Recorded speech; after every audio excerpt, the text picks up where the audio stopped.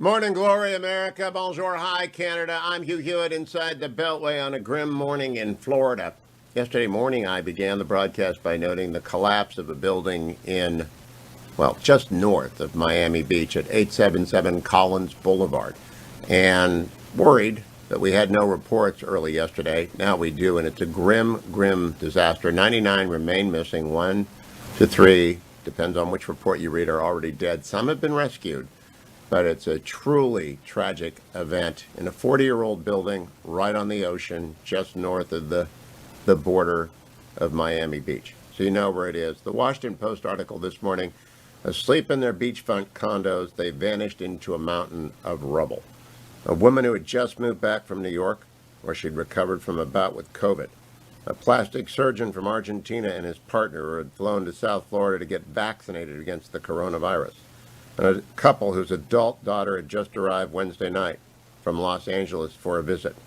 Now, after the building suddenly pancaked, in the first hours of Thursday, at least 99 people were missing, presumed to be in the rubble, feared to be crushed under the unfathomable weight of a 55-unit wing of the condominium tower. They were aging denizens of Miami Beach and affluent Latin Americans whose condominiums by the sea were part-time houses. They were snowbirds who hadn't quite made it back north for the summer, and year-round residents hunkered down for South Florida's stickiest month. I lived in a 40-year-old beachfront building that offered views of the ocean and the intercoastal waterway, of sunrise and sunset. The missing include 10 citizens of Argentina, 6 from Paraguay, 4 from Venezuela, 6 from Colombia, and, of course, there was a shul, one of 5 synagogues within walking distance nearby, and it released a list of 10 of its members who vanished in the collapse. It's genuinely a horrific disaster and so unexpected in such an area of beauty, and the tragedy of lost life compounded by these are the people who have, for the most part, decided they'd run the race, they'd finished well, and they were going to retire on the water and look at the waves and walk on the beach and have their family and their kids come to see them. I'm just praying that grandkids were not visiting grandma and grandpa at that point. We'll find out more as any details arrive. It's so where they worked through the night. Governor DeSantis was on the scene. He noted that the early reports of the disaster had not conveyed how awful it was. And I only saw it and mentioned it to you yesterday because we didn't have any details. Usually, first reports overstate disaster. The first reports of this Surfside, Florida building understated them. And our thoughts and prayers are indeed with the families of all the loved ones who are lost there. And for those who are stuck in the rubble, prayers continue. And for the relief workers, I'm sure the dog teams from LA are en route. They almost always mobilize immediately. They have similar ones in Israel, trained to go through rubble of earthquakes. They'll be in a rubble of this. I also wonder, because I've been land use for so many years, I'm a retired lawyer, and so I speak from experience about building codes in California. I never did any work in Florida. It's a highly unique land use situation in Florida. Building codes will immediately be reassessed everywhere. Seawater is a problem. Whenever you build near the ocean, there just isn't much high-rise work in California along beaches, except in San Francisco. And I believe the humidity in South Florida makes it a particular challenge.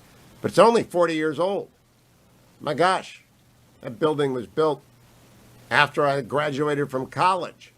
That building is not old, and it's a beautiful building, or it was a beautiful building. I am reminded, and those of you who've listened to me long enough know we did a fundraising drive for the schools that collapsed around China in the great Chinese earthquake, absent rebar. They had no rebar, corrupt contractors. But this had actually had some certifications and some inspections. So there will be an endless series of investigations, and this deserves it. They've got to know how to change their codes. The same thing happened in California after Northridge. After Northridge, when buildings pancaked, and in San Francisco after the Bay Area World Series earthquake, I called it, and the Oakland Bay Bridge collapsed. You've got to go back and look at everything. All your assumptions are wrong. All the building codes are wrong. And I can't tell you how many high rises I've been in Florida along both Atlantic and Gulf Coast. Much will be. There's a reckoning coming for Florida construction. The other big story of the day is the infrastructure deal, but I want to say pause. This deal is one that I probably would agree to if, because, Portman I'm a Rob Portman Republican. I think he's the perfect senator. I greatly admire Susan Collins and Mitt Romney. They're part of the deal. They're very smart Republicans. They understand infrastructure needs. They understand the need not to raise taxes. It must be a pretty good deal. And ordinarily, I would just say, you got those three people, Romney, Collins, and Portman, I'm going to be for it. But McConnell, who I'm really a follower of and believer in, he withheld his approval yesterday, and there's a big reason. Immediately upon signing the deal and having the big gathering in the, I don't know, John Cassidy, I really don't have any idea. And Tom Tillis, a good guy. He's been on the show a number of times. They're good center-right conservatives. You can trust their judgment. And OMB former director Rob Portman really knows this stuff, as does Senator Collins.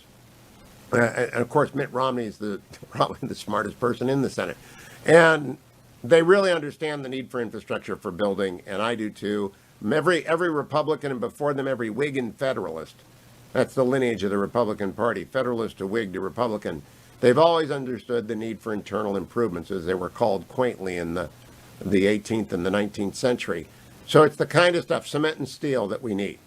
But, and this is a big but, is that all there is? Because changing the tax code and changing everything else is not part of this. They say it's $1 trillion. Well, if it's $1 trillion, that's fine. But I want to read to you the Wall Street Journal editorial. Politicians in Washington renege on their bipartisan promises all the time, begins the Journal. But what are they to make of a deal in which one side admits it's pulling a bait and switch from the start? That was the astonishing news Thursday as President Biden and Speaker Nancy Pelosi endorsed a bipartisan Senate infrastructure deal, even as they said the price of their support is getting the rest of their agenda too. There's the picture if you're watching on our YouTube channel. And those are the center left and the center right senators, although Maggie Hassan's a lefty. She decided to get in because she's up for re-election. Lisa Murkowski is also in the picture. Mr. Biden stood with 5 Democrats and 5 Republican senators in the White House and endorsed their $1 trillion infrastructure outline. Back-selfing and self-plaudits all around. But 2 hours later, the president said he wouldn't. 2 hours later. He said he wouldn't sign the infrastructure bill unless the Senate also passes the other $3 trillion or more he has proposed in tax increases and multiple new entitlement programs. What we agreed on today, says the Journal, quoting him, is what we could agree on, the physical infrastructure. There's no agreement on the rest, Mr. Biden said. And then he added, if this is the only thing that comes to me, I'm not signing it. Mrs. Pelosi issued the same ultimatum. We will not take up a bill in the House until the Senate passes the bipartisan bill and a reconciliation bill. That could pass without GOP support. The Journal adds, most politicians at least wait a decent interval to pull a double cross. But with Mrs. Pelosi and Mr. Biden are trying to prevent a revolt on the left. So they are now holding a bipartisan deal hostage to the left's demand. That is political blackmail aimed at Democrats like Joe Manchin and Kristen Sinema, who are part of the bipartisan Senate Gang of 10. Unless they sign on to all of the progressive tax and spend agenda, they won't get their bipartisan deal, and Mr. Biden and progressives will blame them for the failure. Listen, my number is 1-800-520-1234. I think Mitch McConnell should say, no mas, we are not doing this, unless and until we get a commitment that Nancy Pelosi and Joe Biden signed that this is it. We're not going to give you half now, and for a hamburger today, we will gladly pay you another $1 trillion in tax hikes Tuesday. That's a non-starter. And I don't know what the 5 bipartisan senators say, but they ought to come out together at the Hill and say, that's not what we agreed to. That's not what we're going to. If this doesn't pass, and Joe Manchin and Kristen Sinema need to do it. What do you think? 1-800-520-1234. Should Mitch McConnell come out and say, no, we heard the double cross and we are not buying it, because this is indeed the biggest double cross. It's $1 trillion double cross I've ever seen in the Senate. Stay tuned, America. I'm Hugh Hewitt. It's Friday. Welcome back, America. It's Hugh Hewitt, joined from Israel by Dr. Michael Oren, former ambassador to the United States from Israel, former everything. And Michael is now the author of a terrific new book, a new novel, For Those Who Call in Truth. So if you're looking for a summer read, that is a great read, and it's got a lot of Carole King in it. Michael Oren, were you a Carole King fan growing up in upstate New York?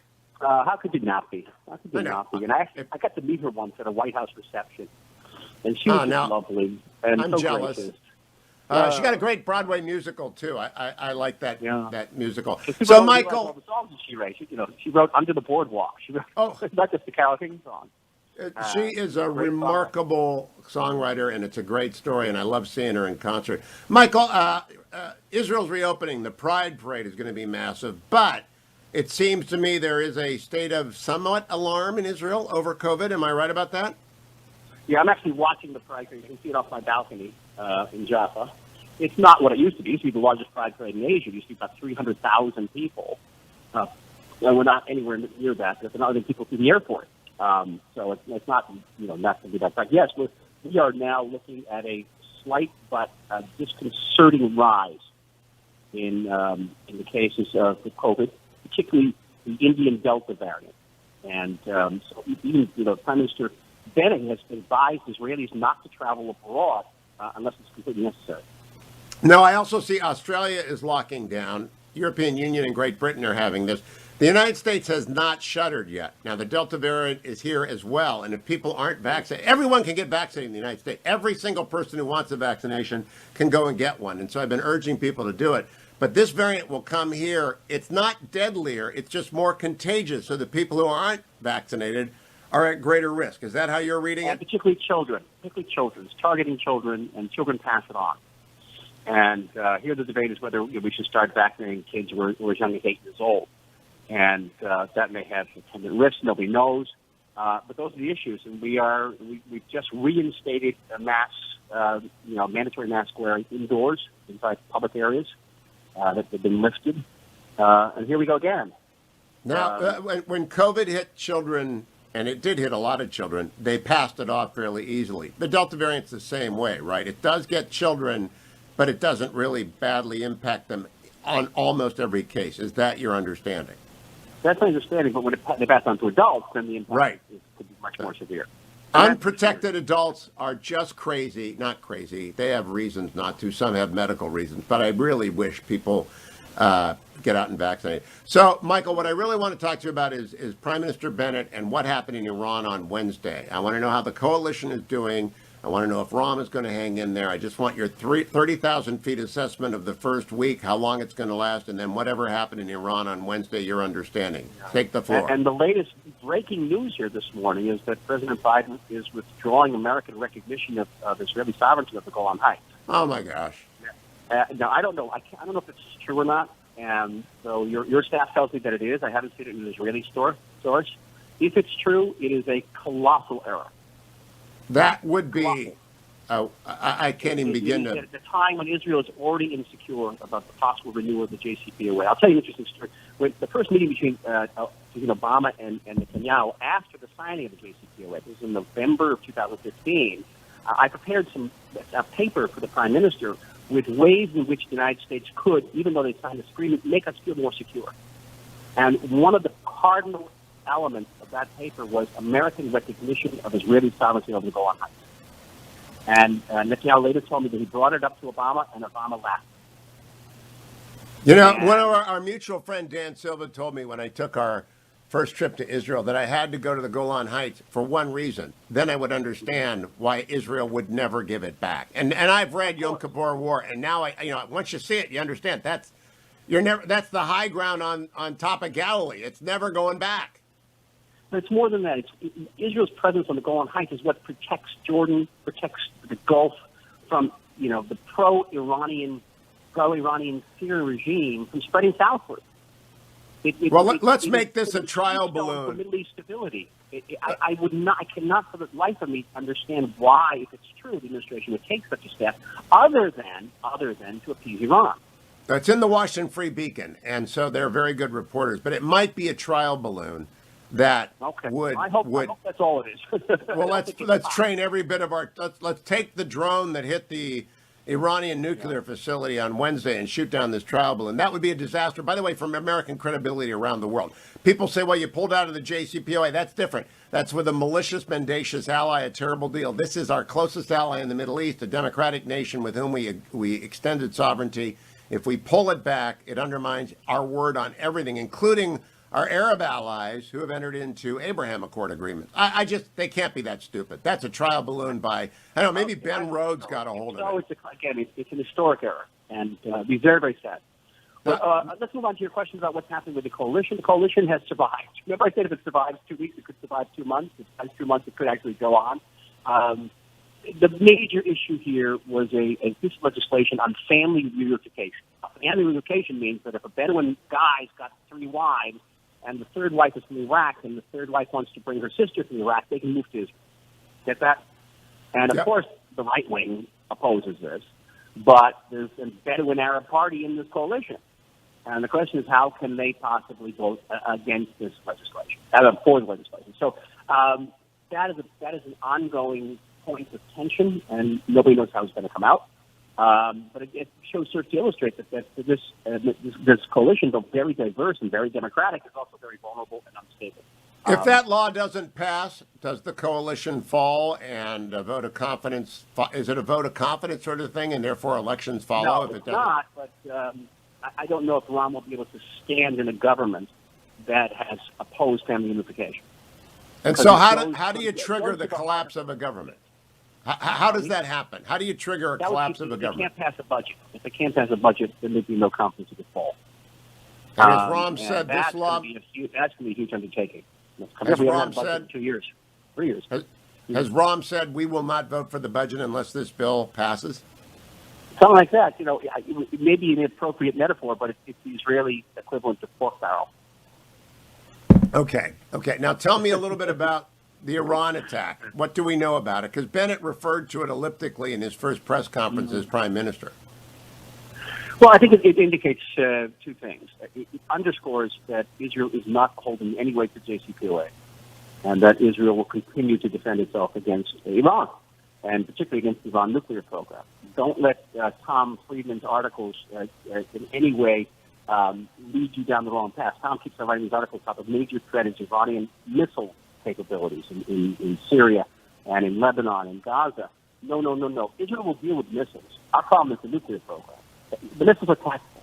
The nuclear program is strategic / existential. And that is why what we are hitting is the nuclear program. We're not hitting the missiles. And so that's one point. The next point is that according to press reports, I'm not speaking with any authority here, that the drone that struck the nuclear facility was launched from within Iran. And this is happening again and again and again. And it's exceedingly embarrassing for the regime, but it just shows that there are serious elements within Iran that hate this regime and are willing to take actions against the regime. And that should be sending a message, I think, to those negotiators in Vienna. Now, Michael, the message they got to really look at is the new president of Iran and the designated successor to Khamenei is the most brutal president anywhere since Hitler. I mean, he's Maoist in terms. He's a war criminal. And so they have designated him. Doesn't that send all the message anybody needs? He oversaw execution after execution. I think he may have even pulled the trigger sometime. He was the hanging judge. He's a horrible human being. And what message does that send? One of the proudest moments of his life and of the regime. 30,000 people. I think what's interesting is not that Iran has elected a war criminal as president, is that the interpretation of the New York Times and like-minded media has been, now we must rush to renew the JCPOA while we still have Rouhani. Well, I haven't seen that, but that's nuts. You blame it on, you get that whole logic? Let's make a pact with, Weimar before Hitler comes into being. It's an extraordinary act of gymnastics, of logical gymnastics. Say, because this guy is the war criminal is coming in, we have to make an agreement, strategic agreement with the left. Well, Michael, you're the expert, but I want this confirmed by you. Many people have told me he has been designated the successor as supreme leader. What people have to understand is the only job that matters is supreme leader. They control the IRGC to the extent that it's controlled. They control the election. They control everything. If he's going to be the supreme leader of Iran, he may well launch against Israel. He's the craziest one of them all. We have to proceed under the assumption, okay? We have the assumption that Iran will attack us. That's our historic responsibility here.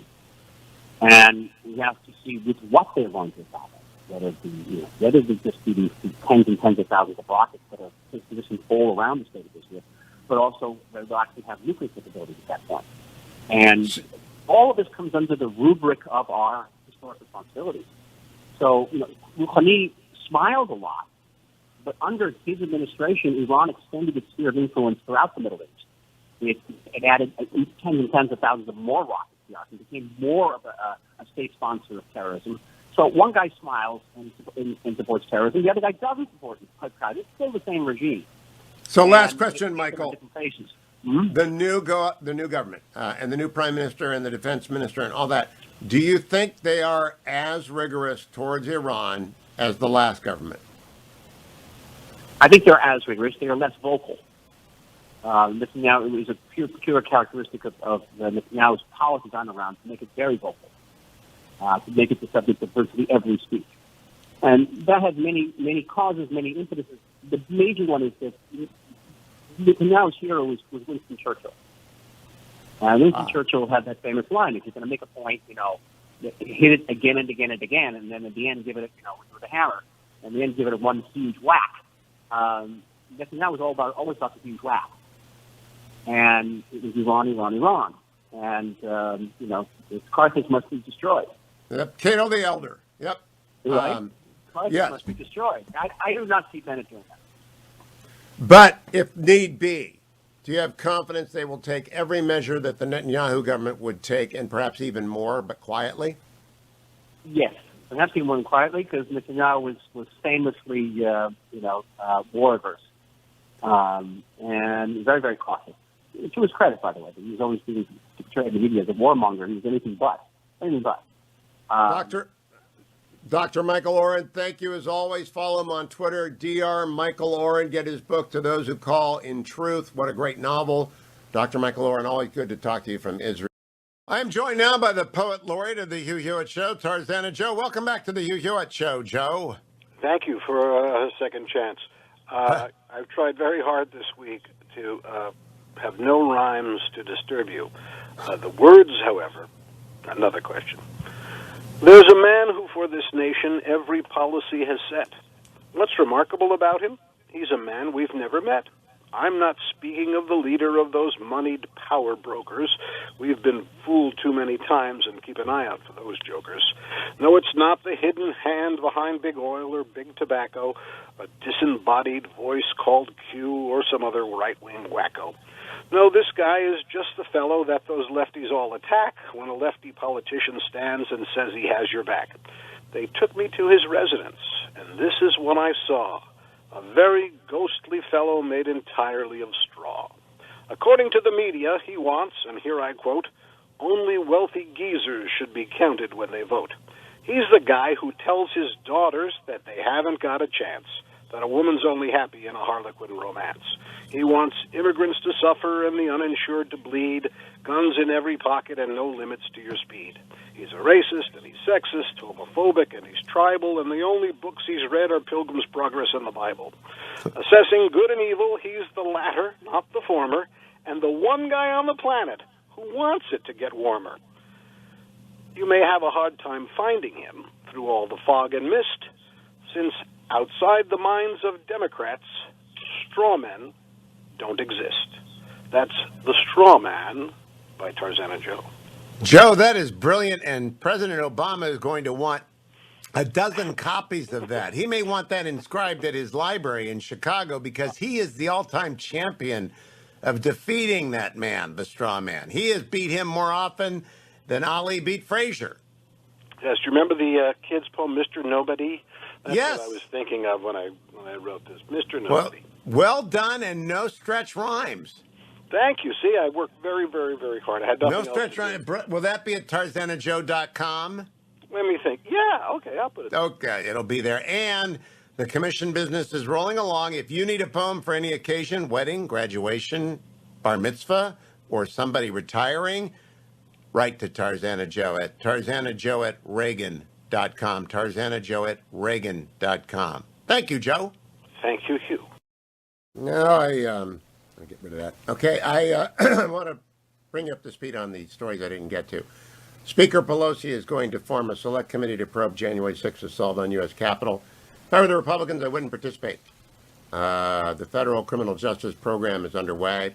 Speaker Pelosi is trying to keep alive the outrage, trying to attribute the insane actions of a crowd of 800 people to the entire Republican Party.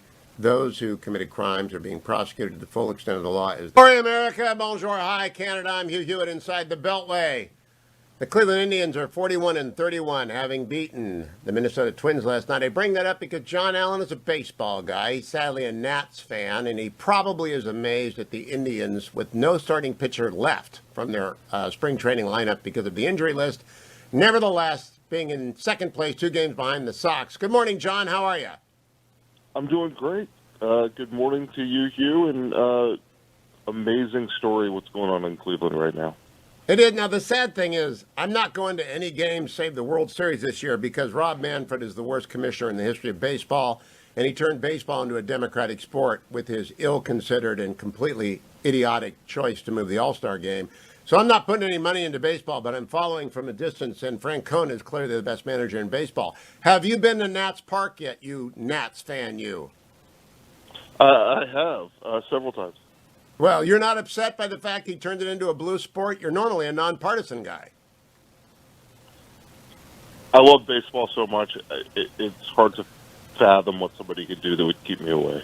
Well, that's what he did. He turned the sport into not a sport. We will leave that aside. The Nats are doing pretty well, John, aren't they? They are surprising you, no? They are. They had a terrible start to the season, but they have amazingly crept back into second place, and we've been watching Kyle Schwarber. You might remember him from the Indians World Series. Yes, he was, not fondly. Not fondly. John, let me ask you, though, about Manfred. I think the designated runner in extra innings is an abomination. And I don't mind. I had Gaylord Perry growing up, so I'm used to people checking the pitcher. But it is a little bit ridiculous. Perry, we knew something was going on. He just tricked everyone. What about those two Manfred innovations? Yeah, I'm not a big fan of the runner starting on second base in extra innings. I'm with you on that. And as far as the illegal substances, why did it take till halfway into the season for Major League Baseball to basically start enforcing what has always been a rule, which is that you shouldn't have, the pitchers can't have foreign substances? By the way, I know I'm almost alone in this, but I also think the batters shouldn't be able to have pine tar or whatever other sticky substances they use to hold on to the bat. No, you are alone in that. And I got to say, though, Manfred is the worst commissioner of my lifetime in any major sport, and that doesn't count startup leagues. So at some point, the owners are going to wake up and realize they've really screwed up, and they put a bozo in charge of MLB. John, let's turn to the bipartisan deal. That's what I really want to talk to you about. My position is simple. I'm a Rob Portman guy. I think Susan Collins and Mitt Romney are among the best senators. I would have been part of that group. But I want Mitch McConnell to strangle it in the cradle if it's not the only deal. And I think Joe Biden, like the Wall Street Journal today argued, pulled a double cross 2 hours after the senators left and said, oh, by the way, I'm not signing this unless you pass reconciliation. I would withdraw my agreement. I absolutely think that's a double cross. How is it playing among Republicans? Exactly how you just stated. I mean, it's unfathomable to me that the deal will hold if the next thing coming down the pike is a reconciliation bill that's full of all the stuff that Republicans didn't want to see in this deal. Obviously there's some ability to distance yourself from it with some of your constituents, but I mean, the game there is pretty clear, and I think we are very early in this process. The deal that was struck was one that was always out there.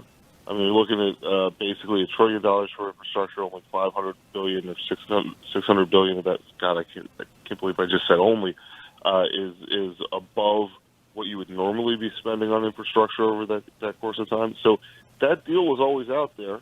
They found it. but we are a long, long way from seeing an infrastructure law. And to your point, Senator McConnell has a lot of time to work on killing it. Now, John, I don't want him to kill it if it actually works, because the infrastructure is necessary. And as I don't like giving the IRS $40 billion, that seems excessive. But nevertheless, it might pay for itself. I want people audited. Nevertheless, I want people who cheat audited. Nevertheless, I don't think we ought to be using the term bipartisan breakthrough. And that's everywhere in the news today. Joe Biden, who campaigned on being bipartisan, scored his bipartisan win. It's not bipartisan if it's a trick. It's not a peace treaty if the bad guys are over the hill and start shooting you as you go into the Box Canyon. Is it a right for the media to report a bipartisan breakthrough when 2 hours later, it's only 120 minutes go by, and Joe changes the deal? I mean, the only chance that they have for getting this bill into law is for Democrats to believe that there's something else coming down the pike, right? I mean, otherwise, you wouldn't see this thing pass the Senate, you wouldn't see this thing pass the House, and of course, we don't have legislative language. I mean, Hugh, I go back to what I said a moment ago. This is so far from happening. This is so far from actually being done, and I think it's irresponsible. Irresponsible is the wrong way to put it, but I do think that it's premature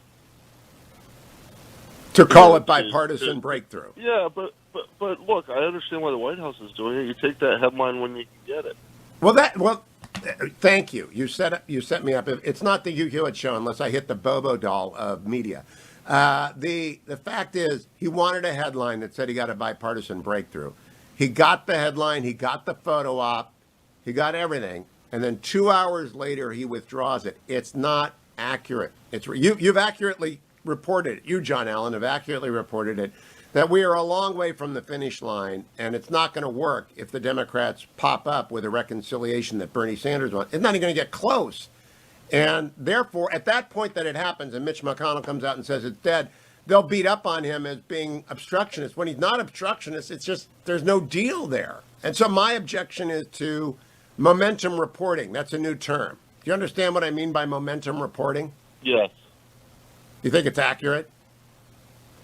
Yeah, I mean, a lot of daily journalism is the writing about the last turn of the screw, and that's what happens. But I don't want to be terribly critical of it. I mean, it's what has always happened, and politicians for time immemorial have understood that they can get a headline, and the headline may be accurate today and may be inaccurate tomorrow. Well, politicians have understood that, but media ought to understand as well that the environment has changed, and they have to at least the headline shouldn't be overtaken by events, and this one has been. Let me turn, John, to a more general observation. I want to see, you've been covering, how long have you been doing this beat, D.C.? 20 years? About 20 years, yeah. Yeah, okay. So in 20 years, I've never seen less news. And I mean less domestic news. Yesterday's disaster in Florida is a big headline. I began the show with that yesterday and today. The deal is a big headline, but I've never seen less news because the split between the parties is so 50-50, and there isn't a Supreme Court vacancy yet. And as a result, non-news is making big news because there is a lot more news landscape out there to fill up. Many more cable channels, many more platforms, Twitter all the time. I believe, and I just want to get your assessment of it, as a result, a lot of sensationalism is creeping into media because it's boring right now. There's no horse race. It's too early for 2022. And therefore, we're overhyping a lot of stuff, we being media generally, left, right, and center, bipartisan, nonpartisan, right-wing, left-wing. What's your take on that? You're pretty much in the middle. You're a straight news reporter. What do you think? I haven't thought about it in those terms. I think you're right on the first part for sure, that this has been a slow news period, and to the extent that there is news, at least in the political realm, it's largely driven by things that aren't that exciting. And so, I'd have to give it some thought and think about the examples of, where you'd see something that's sensationalized in a way that's, I guess over and above what. Oh, the filibuster debate. We had 25 million stories on the filibuster debate, none of which were deserved because there were always more than 2 senators on the Democratic side who wouldn't go for it. Right now, though, it crowds out important news, and I have not yet seen risk to children of the Delta variant being any greater than the regular COVID and how they transmit. There's real news, just doesn't interest American media because it's not horse race. But John Allen, we can continue to talk baseball often. Follow him on Twitter at John, Jon, Allen, DC. John Allen, DC on Twitter. Thank you, John. I'll be right back. $1.9 trillion relief so far. They're going to be getting checks in the mail that are consequential. I wrote the bill on the environment. Pay them more. This is an employees bargaining chip now. What's happening? Welcome back, America. That's a mashup of President Biden's whisper. He did it again yesterday, and it was joined by CNN with 2 others. I'm joined by Eliana Johnson, editor of the Washington Free Beacon, Eliana Y. Johnson on Twitter. Eliana, what do you make of the Biden whisperer whispering? I'm not really sure what to make of it, except for that it was amusing television and somewhat strange. Our excellent video editor, Thalia Rampersad, put all of the whispers together in a mashup that we've titled Biden Whispers Sweet Nothings to the Press. It is a little bit odd. You also have at the Washington Free Beacon today a story I discussed with former Israeli ambassador to the United States, Michael Oren, by Adam Credo about the unnamed State Department official who is talking about revoking American recognition of the annexation of the Golan Heights, which would be an epic disaster, as Oren pointed out. How worried are we? Do we think that was a trial balloon, Eliana, or is that the real deal? Because that would be a disaster. I think that there's real concern and that the Biden administration's policy, if you read the piece carefully, is murky on this. Adam Credo, our wonderful reporter, notes that Blinken raised questions about this when he wouldn't say directly whether the State Department is abiding by the Trump administration's decision.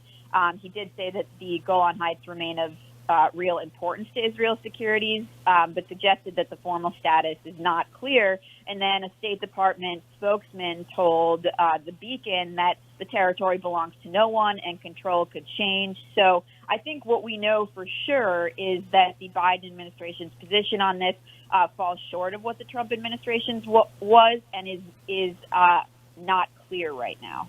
All right, now let's move to the so-called bipartisan deal.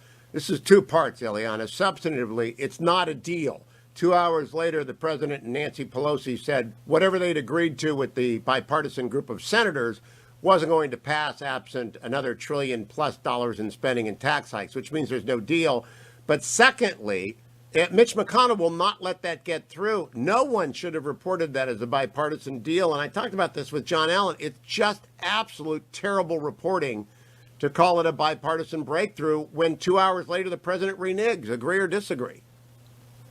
I think that's right, although it wasn't clear that I was surprised by Biden's move. I wasn't sure that he would land where Pelosi was, and I was surprised to see him say that. I think having spoken to a handful of Republican senators about this, the Republican strategy was to back a more narrow infrastructure bill that contains the popular items and then sort of leave Democrats holding the bag on this really expensive bill. I think it's something they believe they could campaign against Democrats against in the midterm elections. And what happened was essentially the Democrats saying they're putting the goodie bag deal first. And I think there are a lot of things that could happen. That first bill could go nowhere if Manchin and Sinema don't support it. Or that bill could pass and the quote-unquote bipartisan deal on infrastructure, I think it's unlikely to pass after that. 100% agree. That is what's going to happen. That's good reporting. And I do not believe for a minute that Leader McConnell will allow yesterday's bill to go to the Senate. I think he'll keep the caucus together until there's an ironclad expiration of the reconciliation timing, and that Bernie Sanders or somebody else or Manchin and Sinema give their blood oath that this is not going to pass with 50 votes in the vice president. Otherwise, the Republicans are the dumbest group of senators I've ever seen if they agree to this thing. And I mean dumb, and Mitch McConnell is anything but dumb. Well, what the Democrats did yesterday was essentially say that a Republican vote for one part is a Republican vote for everything by holding one hostage to the other.